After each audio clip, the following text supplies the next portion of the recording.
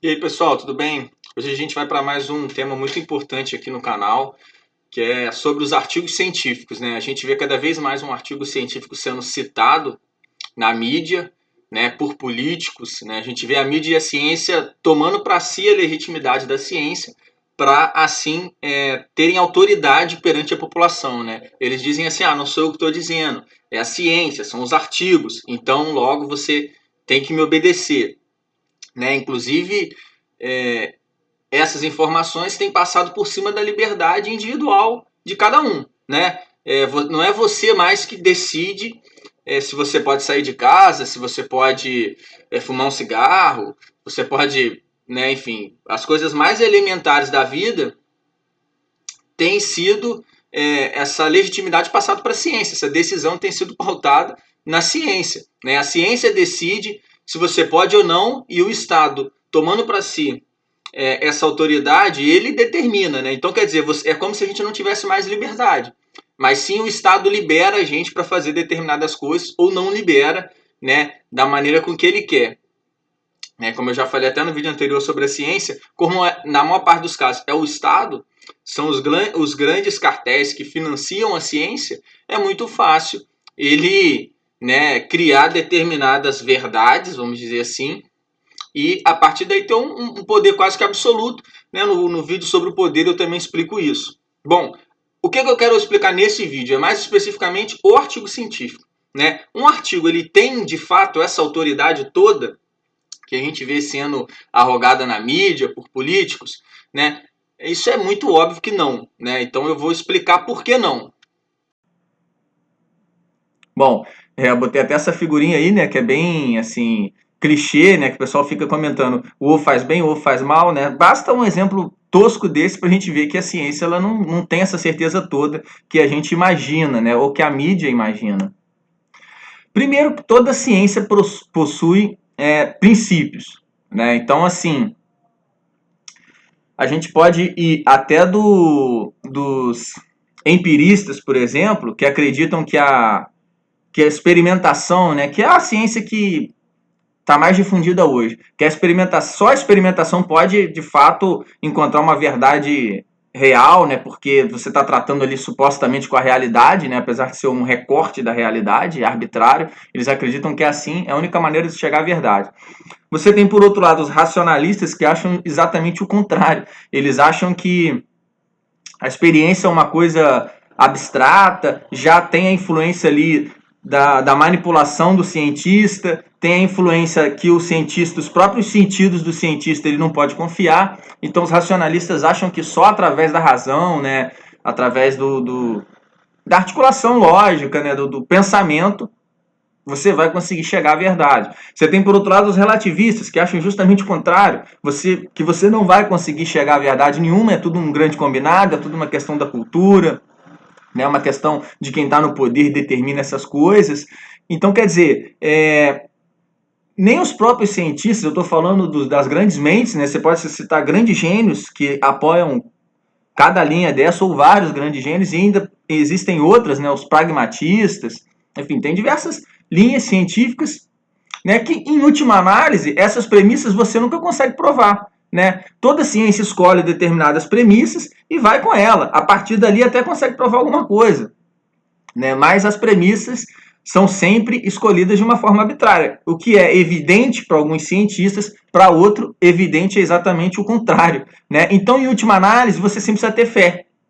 Sempre precisa ter alguma fé ali nos primeiros princípios. Né? Para provar alguma coisa, você precisa saber o mínimo. É o que Aristóteles dizia. Para buscar novos conhecimentos, você parte de um conhecimento de uma coisa que você já sabia. E assim indefinidamente, ou seja, você precisa adotar um princípio básico para daí você partir para o resto. E nem na adoção desses princípios básicos, os cientistas concordam. Você tem várias correntes científicas, já desde da base, desde esses princípios elementares. Então, em última análise, você precisa de fé. E aí você vai falar,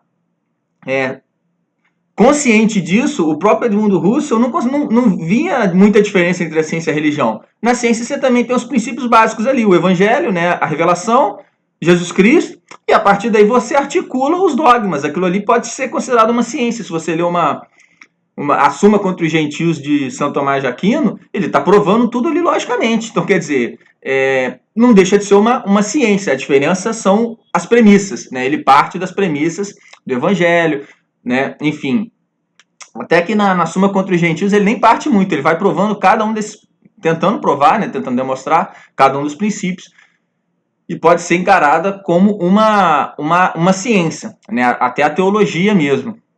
Então, assim, a gente consegue perceber, basta isso para você perceber que cada ciência constrói uma realidade totalmente diferente, né?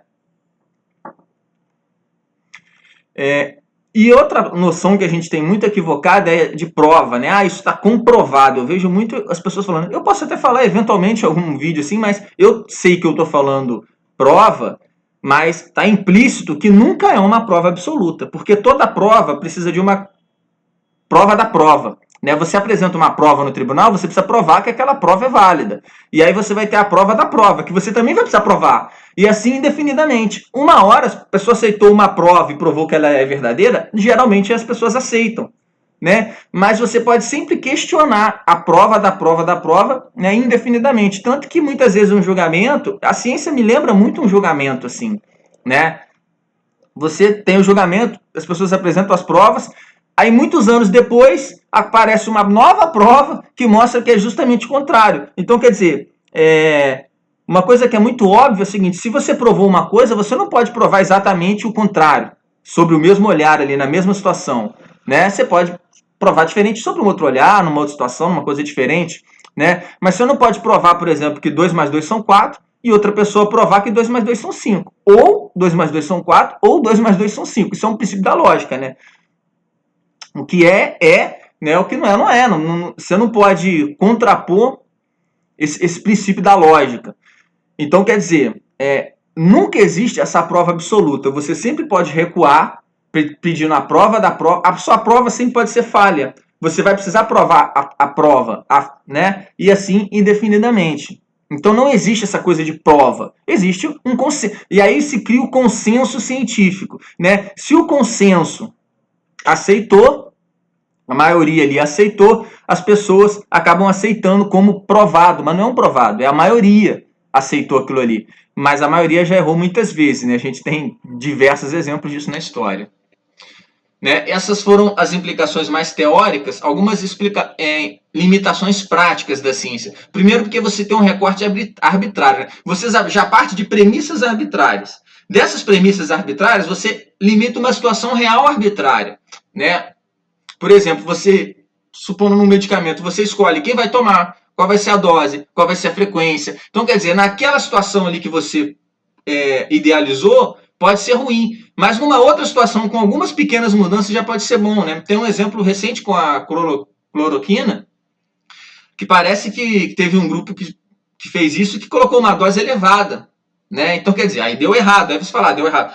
Mas, enfim, o cientista sempre faz a escolha arbitrariamente, né? Sobre, enfim, ele usa as referências que ele usou, mas ele escolhe arbitrariamente as referências. Então, quer dizer, sempre tem o toque do cientista. O cientista sempre vai escolher em quem ele vai fazer, o horário que ele vai fazer, qual vai ser a dose, qual vai ser a mistura.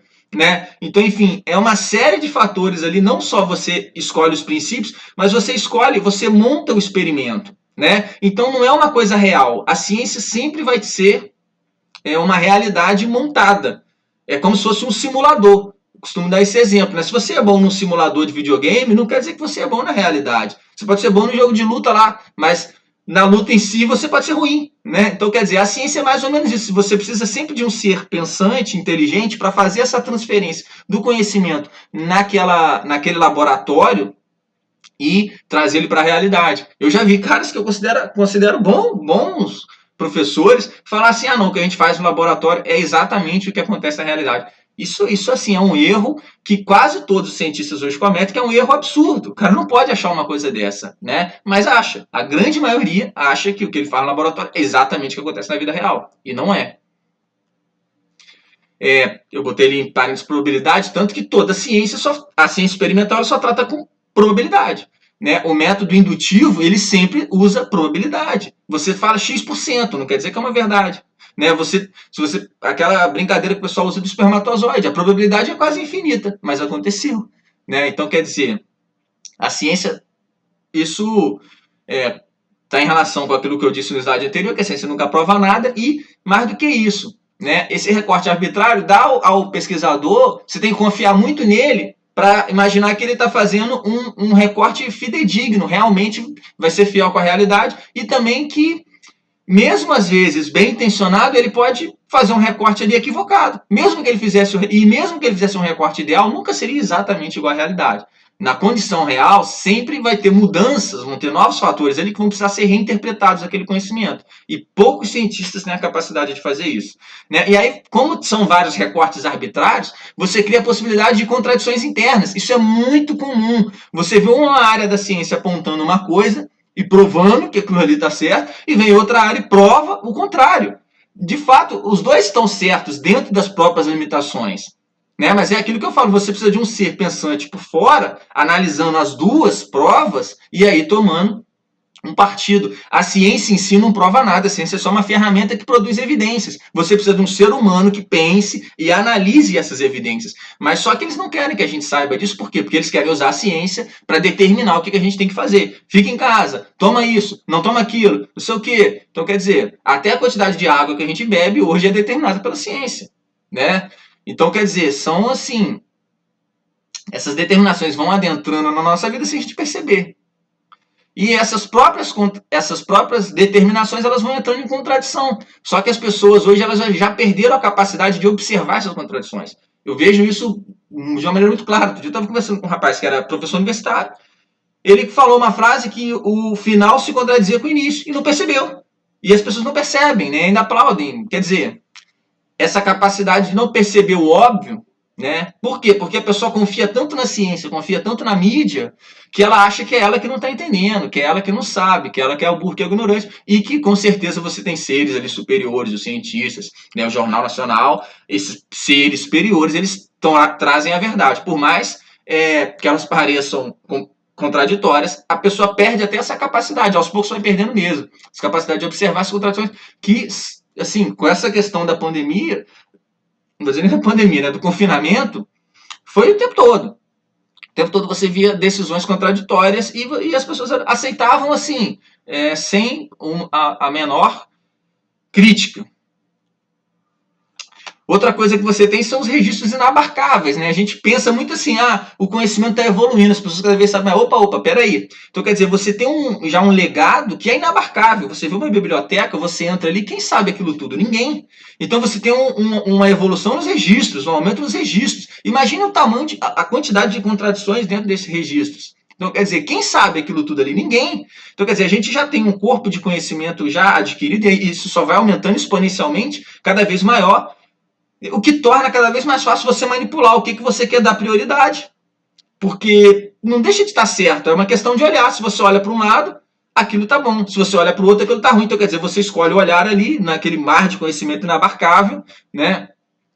Com a ilusão de evolução. Então, quer dizer, quando a ciência erra, ela sempre acha que ela evoluiu, né? Eu me formei em educação física, foi minha primeira faculdade. Eu lembro que 5 anos depois de eu me formar, todos os princípios, todos os parâmetros, eu gostava muito de musculação, todos os parâmetros da musculação já tinham invertido, trocado para um lado, trocado para o outro, né? O intervalo bom era o longo, passou a ser o curto, passou a ser o longo de novo, tinha que chegar a fadiga, não tem mais, tem de novo, tem que fazer a ordem do exercício mudou. Então, quer dizer, todas as variáveis, são diversas variáveis, todas as variáveis já tinham mudado. Ora o bom era uma coisa, ora o bom era outra, ora o bom era uma coisa, sim, isso é o tempo todo. E o cientista um pouco alienado, né, aquele cara muito especialista, ele acha que está evoluindo. Por isso que troca toda hora. A evolução é uma coisa. Você determinou uma direção, você refina o resultado dentro daquela direção. Né? Por exemplo, número de repetições. Você falava que para hipertrofia o bom era entre 8 e 12. Aí você refinava. Não, agora é entre 9 e 11. Você refinou. Né? Agora, você falar que é 12, falar que é 200, falar que é 5, falar que faz num dia, não faz no outro, não sei o quê. Você alternar os lados, né? Não sei nem se esse exemplo é o melhor, porque é uma situação muito simples, né? Mas assim, você dizer uma coisa, dizer o contrário, dizer a outra, dizer o oposto, dizer. Então, quer dizer, você está perdido, né? Só que dentro dessa situação perdida, as pessoas acham que está evoluindo. Mas não está evoluindo. Você está perdido, você não sabe o que está falando. Hora você fala uma coisa, hora você fala o contrário. E aí você volta no que você falou. Isso não é evolução, né, pessoal? Outro problema é o mercado científico que vai se criando. Por quê? Porque o cientista hoje em dia ele é uma profissão. Então ele tem assim uma produtividade a zelar, né? Ele tem pares ali, ele tem outras pessoas que trabalham com ele, que ele precisa, né, ter uma certa relação. É o que eu digo, a ciência, a validade da ciência hoje se dá pelo consenso, então você precisa ter uma boa relação. Né? A verdade hoje científica está muito mais relacionada a você ter uma boa relação e conseguir convencer os seus pares do que de fato você ter de fato razão, ter de fato coerência. Né? O Olavo de Carvalho que usa esse exemplo.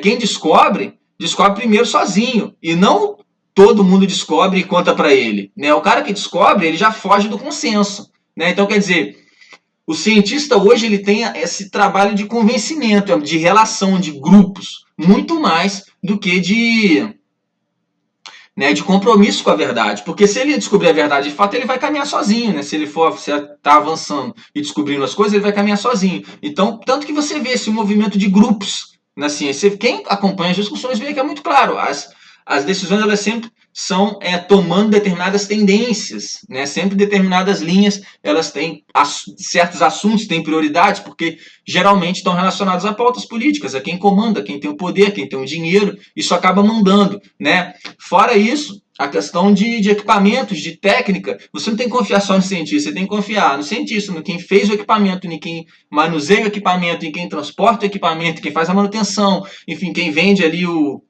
combustível, né? Enfim, o material necessário para aquele equipamento. Quer dizer, é uma série, um mercado, né, que tudo isso influencia no conhecimento científico. E quantos cientistas se dão essa noção? Né? Tem a técnica do equipamento ali que um cientista precisa passar para o outro. Essa transmissão não é científica. Né? Então, quer dizer, o que a gente pode chamar de científico é uma fração. Você pega essa fração e você interpreta e você tira um mundo daquilo ali.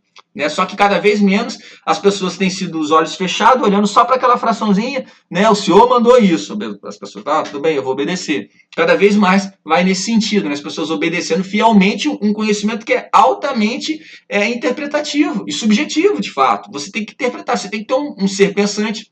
Né?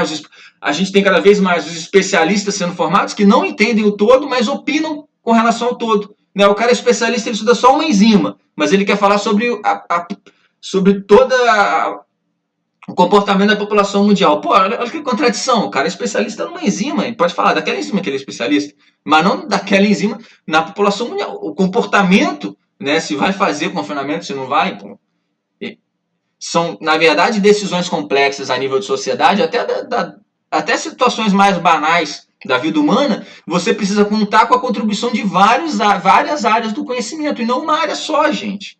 Né? Para você saber se você vai sair de casa ou não, você precisa contar com economia, precisa contar com segurança pública, precisa contar com a sociologia, precisa contar com o lado emocional, com o lado espiritual.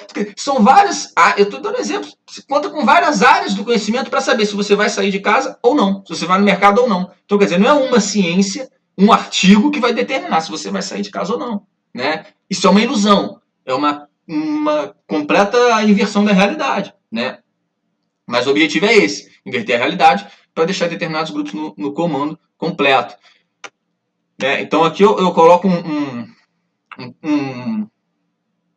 exemplo clássico, né, dessa coisa de você achar que o consenso é quem tem a verdade, né, que é o julgamento de Cristo. Eu poderia colocar também o julgamento de Sócrates, onde você tem ali um indivíduo sozinho que sabe mais do que o todo. Isso é muito comum, gente. Né? Quem sabe é o quê? É quem sabe a mais. O sábio é aquele que sabe mais do que os outros, porque ele se souber o que os outros sabem, ele não é sábio. Né? Então, quer dizer, isso já está na essência do sábio, já está na essência da ciência, que é um indivíduo isolado que sabe mais do que o resto, e esse indivíduo passa para o resto, e não o contrário. E não o consenso, né, que se impõe em cima da maioria. Isso é uma ditadura. Né? É ao contrário. Você tem que ter um indivíduo pensante que contribui com o coletivo, e não o coletivo que se sobrepõe em cima desse indivíduo achando que a maioria é autoridade. A maioria não pode ser autoridade. Não é o que tem que ser. A autoridade, de fato, é essa ciência que se só dá na consciência individual, né? Que é a busca da verdade. Então, basicamente, era isso, pessoal. Vou pedir vocês seguirem o canal aí, comentar, curtir, compartilhar essa informação que é importante, que as pessoas precisam saber, né? Para ver se o pessoal acorda aí. Beleza, galera? Abraço.